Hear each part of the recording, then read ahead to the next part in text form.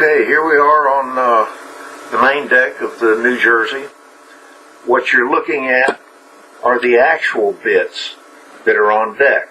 You'll notice line coming in from this side and line coming in from this side. Well, those go down to the pier. These are the chocks. They come as separate pieces on this model. These are molded in, but look at them. They're a totally different shape. They're canted out from each other.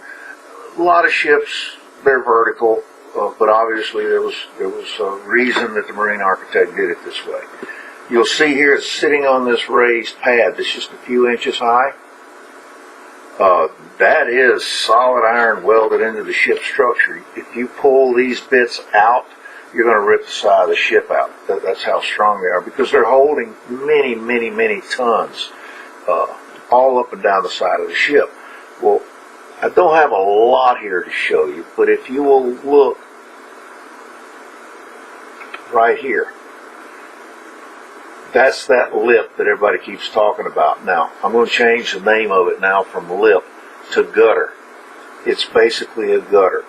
A ship deck will always flow toward the gutter, and the gutters will ultimately lead to a scupper that removes water from the deck. Import, it's rainwater, it's sea, it's whatever doesn't go back over the side. So if we look at this and we try to scale off of it, literally on the model you can barely see this.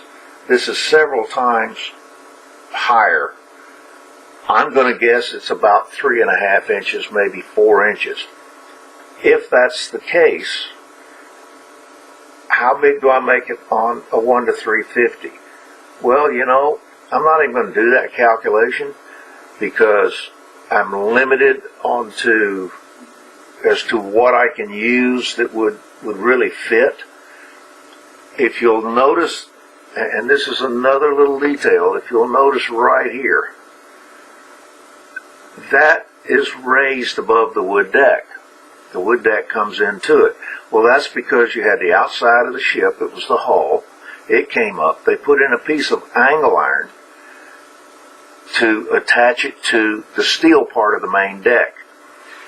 So that means a piece of angle is the proper thing to use. Also, there's a rounded lip up here.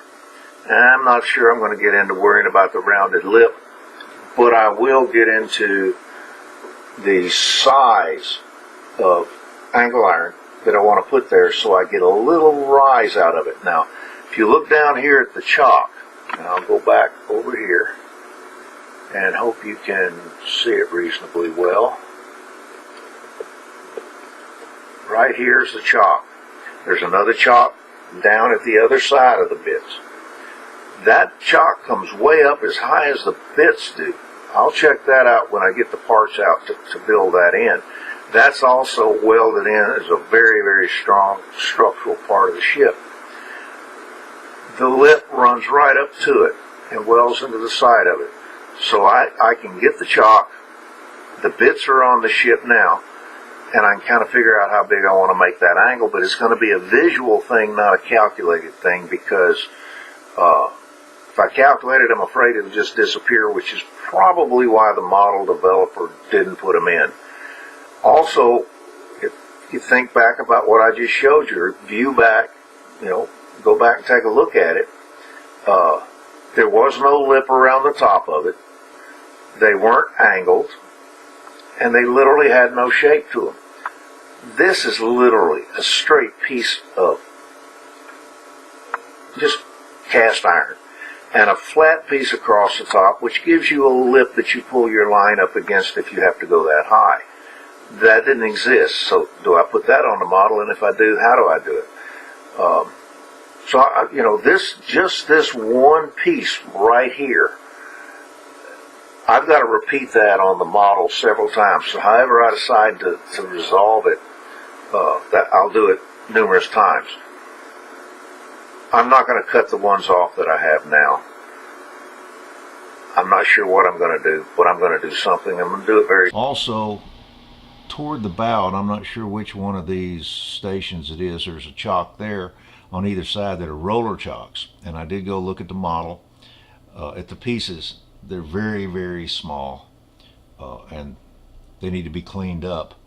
And I've even considered drilling down through it, putting a pin, and then cutting the roller loose, take it out, make a little bit larger hole so it'll be able to move around that pin, clean it up real well, and actually have a rolling chock. Now, it's only this big. So, so I haven't made up my mind yet about that. These are details that I would love to do. Some of them are just impractical to do, but you know, there's guys that have written the entire Bible on a single grain of rice. So, you know, I just have to decide how much of that I want to do. The model comes with embossed anchor chain on the bow.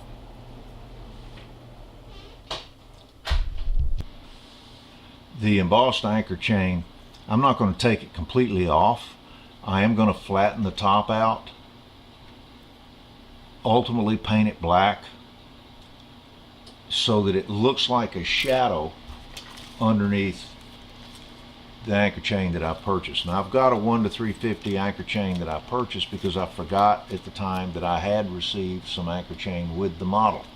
The thing is, if this is 1 to 350, it's bigger than this. And I compared it with what they molded into the forecastle deck, and even though it's not the correct chain, and I'm not able to get the correct chain because it's just too small, nobody makes it, but this 1 to 350 will make a good anchor chain, and this smaller will make the holdbacks. So I actually came out pretty good there. So I will flatten this out.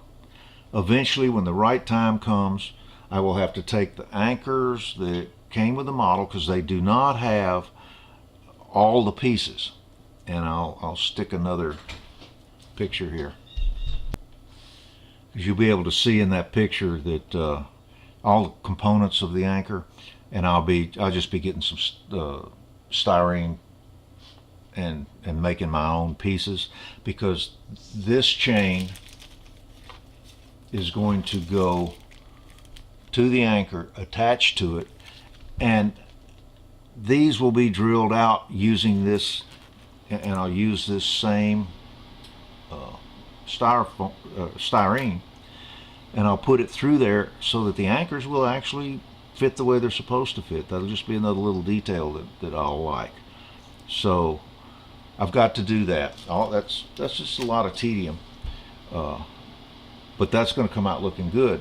I have another issue, and that is, and I'll get to more of this later, this breakwater right here, and I'll get that where you can see it, hopefully.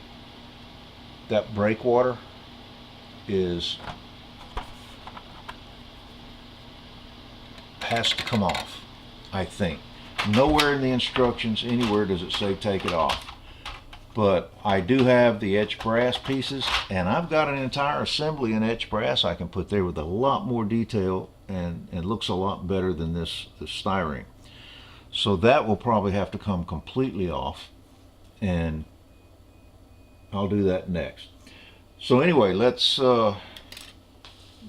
end that topic there and move on to the final topic for this video.